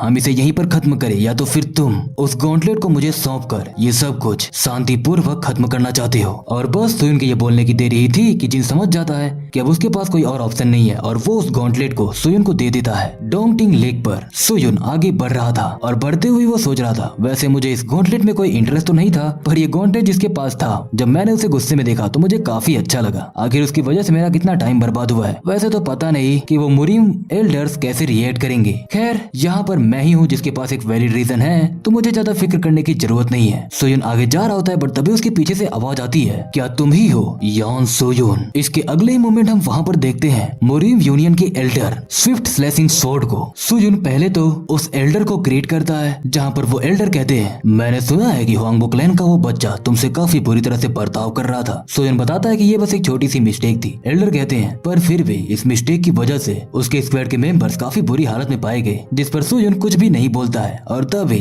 एल्डर उसके ऊपर हाथ रखते हुए कहते हैं, मैं तुम्हें क्रिटिसाइज नहीं कर रहा या कुछ और भी नहीं कर रहा, बल्कि मैं तो काफी मजे ले रहा था जब वो बूढ़ा व्यक्ति फुल फोर्स फिस्ट गुस्से की वजह से उछल रहा था। सोयुन समझ जाता है कि शायद ये एल्डर उसे पसंद करते हैं। वैसे तो इसके पीछे काफी कारण हो सकते हैं, जैसे कि ये एल्डर हुआंगबो क्लैन के लीडर को पसंद नहीं करते, या तो कारण ये भी हो सकता है कि सोयुन इस वक्त प्लम ब्लॉसम डिवाइन स्वॉर्ड के एक डिसाइपल के साथ ट्रेवल कर रहा था। इनमें से कुछ भी, but the moral of the story कि एटलीस्ट वो एल्डर सोयुन को पसंद कर रहे थे। वो एल्डर कहते हैं, मैं तुम्हारे साथ कुछ बात करना चाहता हूँ, क्या तुम्हारे पास समय है? सोयुन कहता है, क्यों नहीं, आपके लिए तो मेरे पास इतना समय है जितना आप सोच भी नहीं सकते। जब उन लोगों की बातें चल रही तो वो दोनों काफी पोलाइट वे में बात करते हैं, जहाँ पर वो एल्डर सोयुन की काफी तारीफ करते हैं, क्योंकि उसने सिर्फ एक हाथ से ही, या तो फिर कहें कि अकेले ही हुआंगबो जिन तक को हरा दिया और साथ में उसके स्क्वाड मेंबर्स को भी। सोयुन कहता है, वो बस मेरा लक था। वही वो एल्डर पूछते हैं, मुरीम यूनियन के बारे में तुम्हारा क्या ख्याल है? सोयुन कहता है, हाँ मेरा उसके बारे में कुछ प्लान तो है। जिस पर वो एल्डर कहते हैं, मैं तुम्हें सीधे बताता हूँ, कैसा रहेगा अगर तुम मेरे फैक्शन को ज्वाइन कर लो तो? देखो तुम्हारे पास जो स्किल्स हैं उसके हिसाब से ड्रैगन फीनिक्स मार्शल टूर्नामेंट में तुम काफी अच्छा खासा रैंक पा सकते हो। नहीं, एक हिसाब से सोचा जाए तो तुम पहली जगह के लिए भी एम कर सकते हो, पर तुम्हारे लिए फुल फोर्स फिस्ट एक प्रॉब्लम हो सकता है, क्योंकि तुमने आते ही उससे पंगा ले लिया, जिसकी वजह से शायद तुम अपनी काबिलियत पूरी तरह से दिखा ना पाओ। और अगर तुम मेरे साथ आ जाते हो तो मैं तुम्हें काफी अच्छे से पाल पोस कर बड़ा करूंगा और तुम्हें बहुत कुछ सिखाऊंगा, साथ ही में मैं फुल फोर्स फिस्ट को भी रोक लूंगा। सोइन पूछता है, इससे आपको क्या फायदा होगा? जिस पर वो एल्डर कहते हैं, मेरे सपोर्ट से तुम कई सारे अचीवमेंट्स पा सकते हो और तुम्हारे उन सभी अचीवमेंट्स की वजह से मैं अपनी पोजीशन को और भी ऊपर ले जा सकता हूँ। सोइन समझ जाता है कि उसके सामने जो एल्डर यानी कि स्विफ्ट स्लैशिंग स्वॉर्ड है वो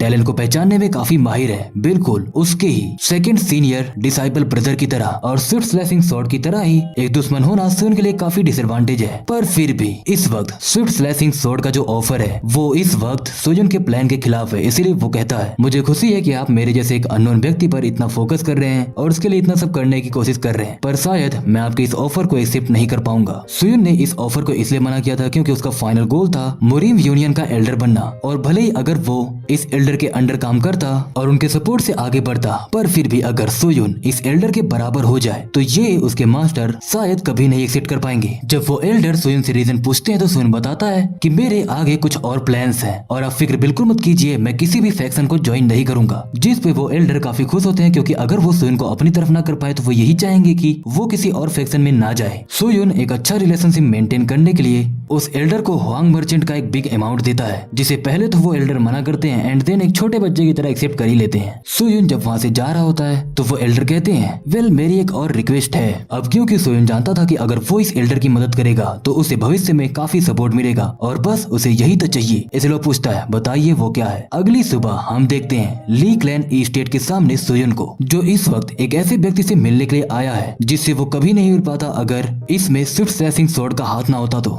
वो व्यक्ति जो कि the former Azure dragon squad का वाइस लीडर था, ली कैंग हक। अगर कनेक्शंस की बात की जाए तो ये पूरे मुरीम यूनियन में one of the top peoples में आता है, एक ऐसा व्यक्ति जिसकी जरूरत मुझे पड़ेगी यूनियन में जाने के लिए। सोयुन अंदर जाता है और कहता है, मुरीम जूनियर यान सोयुन एल्डर सीनियर को ग्रीट करते हैं, जिस पे कैंग कहता है, तुमने कहा था तुम मेरी पोती का इलाज कर सकते हो। सोयुन कहता है, जी हाँ बिल्कुल। सोयुन यहाँ पर कैंग की पोती का इलाज करने के लिए आया था, जो कि इस वक्त सोल पोजेशन के शिकार में फंसी हुई थी, और इसके थ्रू ही सोयुन कैंग का भरोसा भी जीत सकता था। वही कैंग कहता है, आखिरकार कितने लोगों ने यहाँ पर आने की कोशिश की, पर मैंने तुम्हें आने दिया, वो भी सिर्फ स्विफ्ट स्लैशिंग स्वॉर्ड की रिक्वेस्ट पर। तो क्या तुम भी मुझे वही चीज बोलने आए हो जो उन सब ने कहा था? इवन मुरीम यूनियन के टॉप डॉक्टर्स भी ये पता नहीं कर पाए कि मेरी पोती का इलाज कैसे करना है। सोयुन बताता है कि इसका इलाज कोई डॉक्टर नहीं कर सकता, क्योंकि इस वक्त आपकी ग्रैंडडॉटर सोल पोजेशन का शिकार है, जिसके पीछे डेमोनिक सेट का हाथ है। अब ये सुनते ही कैंग सीधे सोयुन पर अटैक कर देते हैं, बट सोयन वहाँ से हट जाता है और पूछता है आखिर आप कर क्या रहे हैं, जिस पर कैंग बताते हैं कि तुम भी उन्हीं की तरह हो। कुछ दिन पहले और भी लोग आए थे जो कि डेमोनिक सेक्ट थे और उन्होंने भी यही कहा। सोयन समझ जाता है कि कैंग ऑलरेडी डेमोनिक सेक्ट के कांटेक्ट में आ चुका है, इसीलिए वो कहता है आपके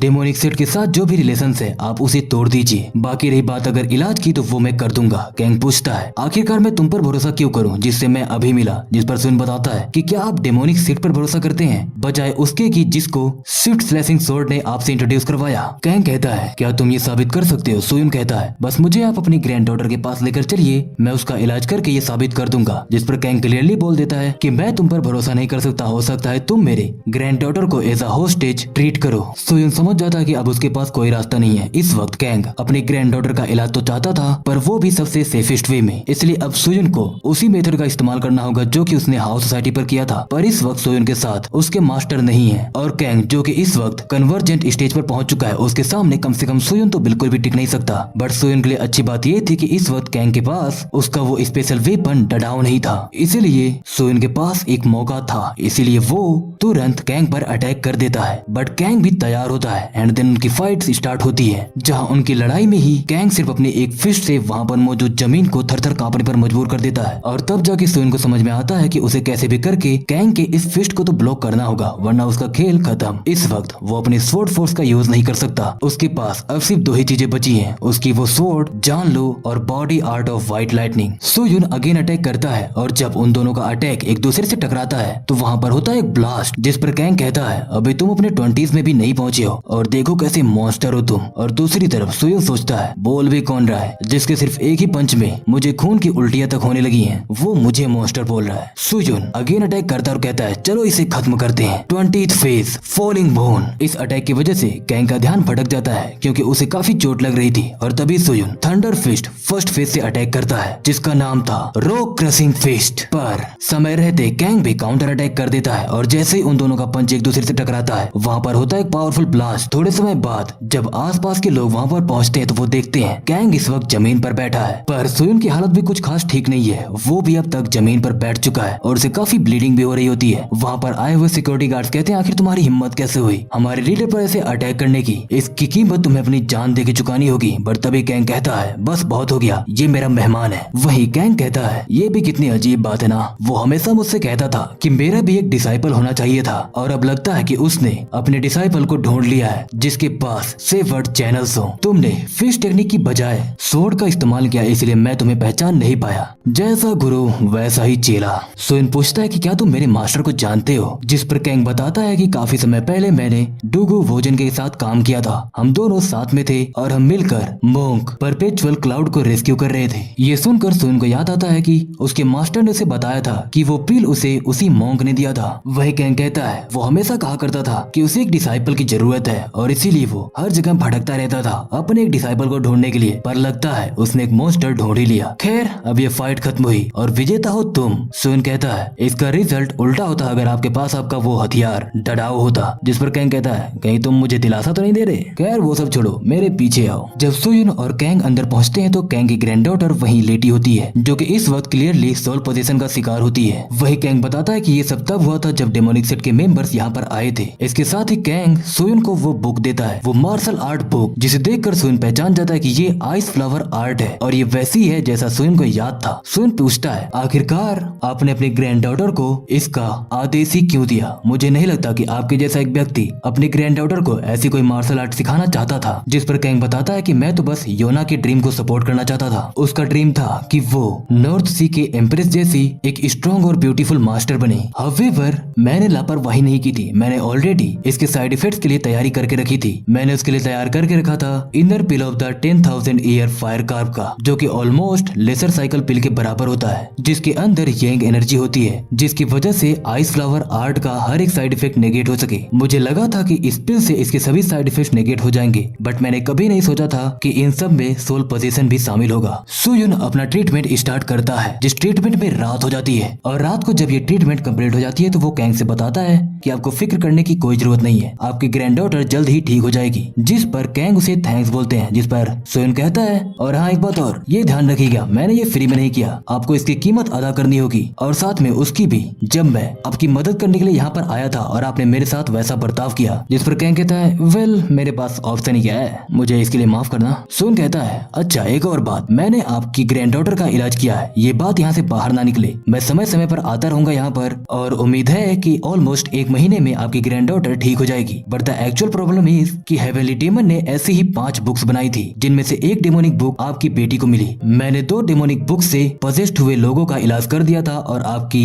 ये ग्रैंडडॉटर तीसरी है और अब तक इन सब के बारे में हेवनली डेमन को नहीं पता है। तो मेरे लिए बेटर यही होगा कि अभी भी ये बात छुपी रहे और हेवनली डेमन को इसके बारे में ना पता चले, जिस पर कैंग राजी हो जाता है क्योंकि उसे इससे क्या ही फर्क पड़ता है कि बात बाहर निकले या ना, उसे तो बस अपनी ग्रैंडडॉटर के ठीक होने से मतलब है। सोयन पूछता है क्या आप मुझे उनके बारे में बता सकते हैं, उन डेमोनिक सेट मेंबर्स के बारे में जो यहाँ पर आए थे। कैंग कहता है आखिर उनके बारे में तुम क्यों पूछ रहे हो, जिस पर सोयन बताता है कि इन सभी सोल पोजीशंस का इलाज सिर्फ हेवनली डीमन और हेवनली डेमन के 4 डिसाइपल्स कर सकते हैं, ऑल्दो मैं इनमें एक एक्सेप्शन हूँ और इस वक्त ये जरूरी भी नहीं है। तो इस पार्ट को यहीं पर स्किप करते हुए आप मुझे ये बताइए कि आखिरकार डेमोनिक सेट मेंबर यहाँ पर आए कैसे थे, जिस पर कैंग उनके बारे में याद करने की कोशिश करता है बट उसे उनके बारे में कुछ खास याद नहीं आता क्योंकि वो जो भी मेंबर्स यहाँ पर आए थे उन्होंने चारों तरफ से अपने आप को ढक रखा था, इवन चेहरे पर मास्क भी लगा के रखा था। पर कैंग ने उनमें से एक के हाथ पर एक स्नेक टैटू देखा था और कैंग यही सोयन को बताता है, जो सुनते ही सोयन समझ जाता है कि मेरे लिए इतना ही काफी है। सीन शिफ्ट होकर हम देखते हैं सोयन को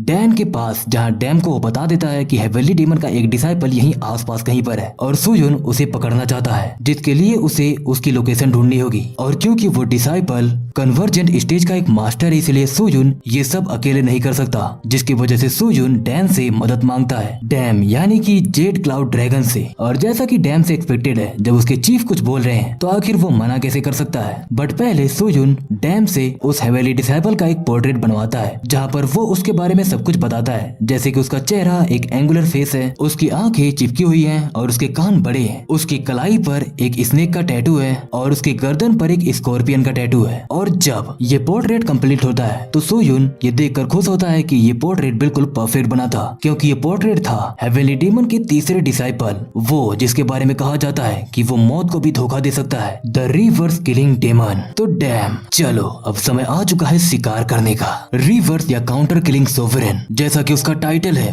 देखकर ही लगता है कि वो एक बूढ़ा व्यक्ति होगा जिसने कई सारी बैटल्स लड़ी हैं, बट असल में तो वो हमेशा बैटल में वहां पर रहता जो इलाका सेफ रहता है। उसने कई सारी काउंटलेस असैसिनेशन अटेम्प्ट्स को फेस किया है और कन्वर्जेंट स्टेज तक पहुंचा है। सोयन रेयोंग से भी हेल्प मांगता है और बाकी के कंपेनियन से भी, जहाँ पर रेयोंग क्लियरली पूछती है कि हम अपने प्लान को कितने दिनों में स्टार्ट करेंगे, जिस पर सोयन बताता है आज से 15 दिन बाद हम उस पर अचानक हमला करेंगे। सीन शिफ्ट होकर हम देखते हैं 15 दिन बाद का सीन, जहाँ सोयन और उसकी पूरी टीम रेडी होती है रिवर्स किलिंग डेमन को पकड़ने के लिए। पर इस वक्त रिवर्स किलिंग डेमन यही आसपास लोगों के बीच छुपा हुआ था, बट सोयन उसके डेमोनिक की को सेंस कर लेता है और उसकी प्रेजेंस का एहसास रिवर्स किलिंग डेमन को भी होता है, इसलिए वो वहाँ से भाग जाता है और उसे भागता देखकर सोयन समझ जाता है कि समय आ चुका है जब उसका पीछा किया जाए। सोयन जब रिवर्स किलिंग डेमन का पीछा करता है तो उसे उसके जैसे और भी लोग दिखते हैं, जिसकी वजह से वो कंफ्यूज हो जाता है कि आखिरकार असली वाला कौन है। वो उनमें से 3 मेंबर्स को अपने टीममेट्स के लिए छोड़ देता है और कहता है थोड़ा संभल कर रहना, ये लोग काफी स्किल्ड हैं, और खुद आगे बढ़ पड़ता है। जहाँ जाते ही वो 2 लोगों का पीछा करता है, जिनमें से वो एक पर अटैक करता है 20th फेज फॉलिंग मून से, जिसकी वजह से एक बंदा मारा जाता है और अब वहाँ पर सिर्फ एक ही बचा है और इसकी हाई पॉसिबिलिटी है कि जो बचा है शायद वही रिवर्स या तो फिर कहें कि काउंटर किलिंग डेमन है। हाउएवर इस वक्त सोयन का जो अपोनेंट है वो भागने में माहिर है, इसलिए वो इन दोनों का पीछा करते हुए आया है। पर अगर इन दोनों में से कोई भी असली का काउंटर किलिंग डेमन नहीं निकला तो सोयन समझ जाता है कि उसके साथ ही खतरे में होंगे। सोयन एक तुक्का मारते हुए कहता है हेवनली डेमन के तीसरे डिसाइपल काउंटर किलिंग सोवरेन, किसने सोचा था कि आखिरकार तुम बोरियम यूनियन की टेरिटरी में अपने कदम रखोगे। जिस पर वो बंदा कहता है मैंने भी कभी सोचा नहीं था कि तुम मेरे बारे में पता लगा लोगे, देखकर लगता है कि मैंने तुम्हें अंडर एस्टिमेट किया। अब क्योंकि उस बंदे ने इतनी आसानी से अपनी आइडेंटिटी रिवील कर दी थी, इसलिए सोयन समझ जाता है कि ये असली काउंटर किलिंग डेमन नहीं है। तो अब बस उसे ये करना है कि जल्दी से इसे निपटना है और अपने सबऑर्डिनेट्स के पास वापस पहुंचना है। इसलिए वो उस पर फुल पावर से अटैक करता है और उसे काफी जख्मी करते हुए उसका मास्क भी काट डालता है। पर थोड़े समय बाद उसे रियलाइज होता है कि वो बंदा जिसे उसने स्टार्टिंग में घायल किया था वो यहाँ से गायब हो चुका है। उस बंदे को जो चोट लगी थी वो इतनी छोटी चोट नहीं थी कि आसानी से हील हो जाए और वो यहाँ से भाग सके। और तभी सुयुन को रियलाइज होता है कि शायद वही काउंटर किलिंग डेमन था। सुयुन ने काउंटर किलिंग डेमन के साथी को तो बीच में से काट दिया था, बट इस चक्कर में उसके हाथ से काउंटर किलिंग डेमन निकल गया। बट सुयुन उसका पीछा करना जारी रखता है। इधर जब काउंटर किलिंग डेमन भाग रहा होता है तो यही सोच रहा था कि वो बंदा अभी काफी जवान है, फिर भी उसकी स्किल्स काफी इंप्रेसिव थी, क्या वो यूनियन का मेंबर है। बट तभी वो रियलाइज करता है कि सुयुन उसका पीछा कर रहा है, जिसकी वजह से वो काफी हैरान होता है। सुयुन तुरंत काउंटर किलिंग डेमन पर अटैक करता है, बट वो डेमन भी इस अटैक को ब्लॉक कर जाता है। काउंटर किलिंग डेमन इस फाइट को अवॉइड कर रहा था क्योंकि उसे अब तक ये लग रहा था कि शायद सुयुन यूनियन का कोई अहम मेंबर है और अगर वो एक हायर अप हुआ तो शायद उसके साथ ही यहीं आसपास होंगे और काउंटर किलिंग डेमन उन सब का सामना नहीं कर सकता। इसलिए वो सुयुन के सभी साथियों के आने से पहले हुनन छोड़ना चाहता था। जब सुयुन उसका पीछा कर रहा होता है तो काउंटर किलिंग डेमन के ही दो और सबऑर्डिनेट्स आ जाते हैं, जिन्हें देखकर सुयुन को रियलाइज होता है कि वो दोनों यहीं पर छुपे हुए थे और वो दोनों भी काउंटर किलिंग डेमन के ही प्लान का हिस्सा थे। तभी वहाँ पर एक बॉम्ब ब्लास्ट होता है जो कि एक स्मोक बॉम्ब था। उस स्मोक बॉम्ब के ब्लास्ट होते ही वहाँ से 3 लोग सुयुन पर अटैक करते हैं, बट सुयुन उन्हें मार डालता है। दूसरी तरफ काउंटर किलिंग डेमन भाग रहा होता है और अब तक वो सुयुन के की को फील नहीं कर पा रहा था, इसलिए उसे लगता है कि शायद उसका पीछा सुयुन से छूट चुका है। बट जैसे ही वो अपने आसपास चेक करता है तब सुयुन कहता है, क्या हुआ, कहीं तुम कंफ्यूज तो नहीं हो? मुझे काफी समय लग गया था ये सब तैयार करने में, मुझे उम्मीद है कि तुम्हें ये पसंद आया होगा। सुयुन ये नहीं जानता था कि काउंटर किलिंग डेमन किस तरफ से भागने वाला है, इसलिए उसने चारों तरफ ट्रैप सेट करके रखे थे एंड ऑब्वियसली ये सब डैम की मदद से। सुयुन बताता है कि ये जगह श्योन कीजा की फॉर्मेशन टेक्निक से बनाई गई है, तो तुम यहाँ से भाग नहीं सकते और यहाँ से निकलने के लिए तुम्हें मुझे हराना होगा, जिसके बाद कोर ऑफ फॉर्मेशन को डिस्ट्रॉय करना होगा। वही काउंटर किलिंग डेमन पूछता है कि आखिरकार तुम्हें पता कैसे चला कि मैं असली हूँ, जिस पर सुयुन बताता है कि मैंने तुम्हारे ऊपर एक टैंक क्लैन का स्पेशल सेंट फेंका था, जिसकी वजह से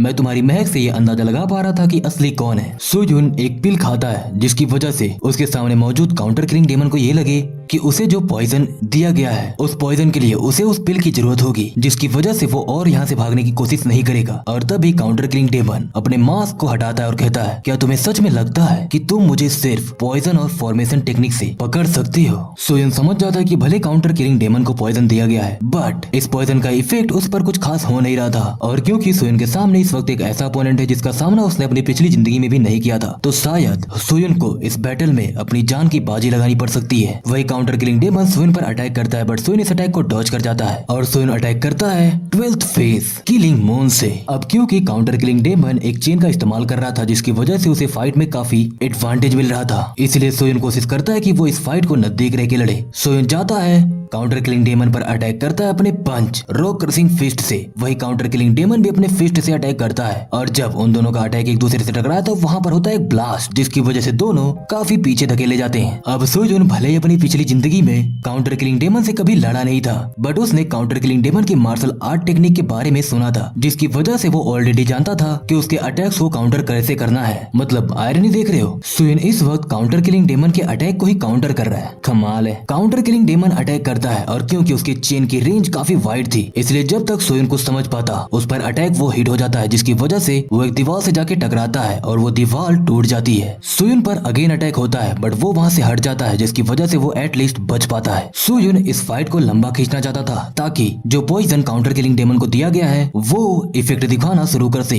पर अब सुयुन का स्टेमिना लो हो रहा है और अगर ऐसे ही चलता रहा तो जब तक काउंटर किलिंग डेमन पर उस पॉइजन का अटैक होगा शायद सुयुन मारा जाए। इसलिए सुयुन अपनी स्वॉर्ड में लाइटनिंग इम्यून करते हुए अटैक करता है, बट काउंटर किलिंग डेमन अपनी चेन से सुयुन की स्वॉर्ड ही छीन लेता है और कहता है, तुम्हें सच में लगा था कि तुम मेरे खिलाफ जीत पाओगे? काउंटर किलिंग डेमन सुयुन को रखता है जोरदार पंच, बट अगले ही पल उसके होश उड़ जाते हैं क्योंकि सुयुन अचानक उसके पीछे आकर उसे लाइटनिंग का इतना बड़ा झटका देता है कि उसे ब्लीडिंग होने लगती है। सुयुन को इस फाइट में इस बात से एडवांटेज मिल रहा था कि काउंटर किलिंग डेमन को पॉइजन दिया गया है और साथ ही में काउंटर किलिंग डेमन के मन में ये डर भी है कि शायद सुयुन के लिए रेइंफोर्समेंट आती होगी, इसलिए सुयुन कहता है, लगता है फाइट खत्म हो गई। तो जैसा कि मैंने तुमसे पहले ही बताया था, तुम यहाँ से तब तक नहीं भाग सकते जब तक तुम फॉर्मेशन टेक्निक के कोर को नहीं डिस्ट्रॉय कर देते, जिस पर काउंटर किलिंग डेमन कहता है, अगर ऐसी बात है तो मुझे इस फॉर्मेशन टेक्निक के साथ साथ तुम्हें भी ब्लास्ट करना होगा। काउंटर किलिंग डेमन एक पावरफुल एक्सप्लोजन रेडी करने लगता है, जिसे देखकर सोयुन समझ जाता है कि वो अपना बचा हुआ पूरा की इस्तेमाल कर रहा है। अगर सोयुन इस अटैक को अवॉइड करता है तो वो सुरक्षित बच जाएगा, पर इससे शायद काउंटर किलिंग डेमन भाग जाए। पर सोयुन को शायद कोई दोबारा चांस मिलेगा, इसलिए वो काउंटर किलिंग डेमन को भागने नहीं दे सकता। वहीं काउंटर किलिंग डेमन कहता है एक्सप्लोसिव डेमोनिक स्लैश। इस अटैक को अपनी तरफ बढ़ते देखकर सोयुन भी अपनी थंडर के साथ रेडी होता है। सोयुन कहता है वाटर मून, और जब उन दोनों का अटैक एक दूसरे से टकराता है तो वहां पर होता है एक बहुत ही पावरफुल ब्लास्ट। और जब धुंध हटती है तो हम देखते हैं सोयुन को, जो कि इस वक्त काफी जख्मी है। इवन उसके पैर में काफी बड़े घाव भी हो चुके हैं। वहीं दूसरी तरफ काउंटर किलिंग डेमन, उसकी हालत भी खराब हो चुकी है, क्योंकि सोयुन ने सिर्फ उसके अटैक को ब्लॉक ही नहीं किया बल्कि काउंटर अटैक करते हुए उसके एक हाथ को भी काट दिया। सोयुन कहता है तुम्हारी जितनी स्ट्रेंथ बची है उसके बाद तुम अपने शरीर में मौजूद इस पॉइजन को कंट्रोल नहीं कर पाओगे। जिस पर रिवर्स यानी कि काउंटर किलिंग डेमन कहता है अगर मैं मरता भी हूँ तो तुझे अपने साथ लेकर मरूंगा। सोयुन उसका मजाक उड़ाने लगता है और कहता है वो महान फेमस काउंटर किलिंग डेमन अपनी जिंदगी को खतरे में डाल रहा है सिर्फ मुझे मारने के लिए। जब लोगों को ये बात पता चलेगी तो सोचो वो कितना हंसने वाले हैं। वैसे तुम्हें देखकर लगता है कि तुम यहाँ से भागने की कोशिश करने वाले हो, पर बता दूं कि ये कोशिश बिल्कुल मत करना। वही काउंटर किलिंग डेमन कहता है आखिर तुम हो कौन? तुम मेरी पर्सनैलिटी, मेरे मार्शल आर्ट, मेरी टैक्टिक्स, मेरी टेक्निक्स, इन सब के बारे में जानती हो। अगर तुम ये ना जानती तो तुम मेरे सामने 30 सेकंड तक नहीं टिक पाती। सोयुन कहता है भले ही मैं तुम्हें बता दूं, पर मुझे लगता नहीं इससे ज्यादा फर्क पड़ेगा। जो सुनते ही काउंटर किलिंग डेमन के चेहरे पर एक स्माइल आ जाती है और वो कहता है ठीक कहा तुमने, पर क्या तुम्हें सच में लगता है कि तुम यहाँ से बिना किसी चोट के जा सकती हो? काउंटर किलिंग डेमन सोयुन पर अटैक करता है, बट जैसे ही सोयुन काउंटर अटैक करता है कि वो अपने सामने पाता है काउंटर किलिंग डेमन गायब हो चुका है। सोयुन सोच रहा होता है कि आखिरकार वो अचानक गया कहाँ। उसे लगता है कि शायद अगर वो उसके सामने नहीं है तो वो ऊपर होगा, बट अगले ही पल वो समझ जाता है कि काउंटर किलिंग डेमन है कहाँ पर। वही हम देखते हैं काउंटर किलिंग डेमन सोयुन के जस्ट नीचे होता है। वो डेमन सोयुन को मारने के लिए अटैक करता है, बट सोयुन भी तैयार था और वो काउंटर अटैक करता है हाफ मून से। इस अटैक की वजह से काउंटर किलिंग डेमन को अपना दूसरा हाथ भी गंवाना पड़ता है। सोयुन कहता है मुझे पहले से ही पता था कि तुम अर्थ एस्केप टेक्निक का इस्तेमाल करने वाले हो। सोयुन को याद आता है वो पल जब वो अपने भाई यानी कि सेकंड डिसाइपल से बात कर रहा था, जहाँ पर उसके सेकंड डिसाइपल ने बताया था कि काउंटर किलिंग डेमन यानी कि तीसरा डिसाइपल बैटलफील्ड को अवॉइड करता है और वो ज्यादातर भागने के लिए अर्थ एस्केप टेक्निक का इस्तेमाल करता है। सोयुन इस बात पर खुश था कि उसका भाई जिसने उसे पिछली जिंदगी में धोखा देकर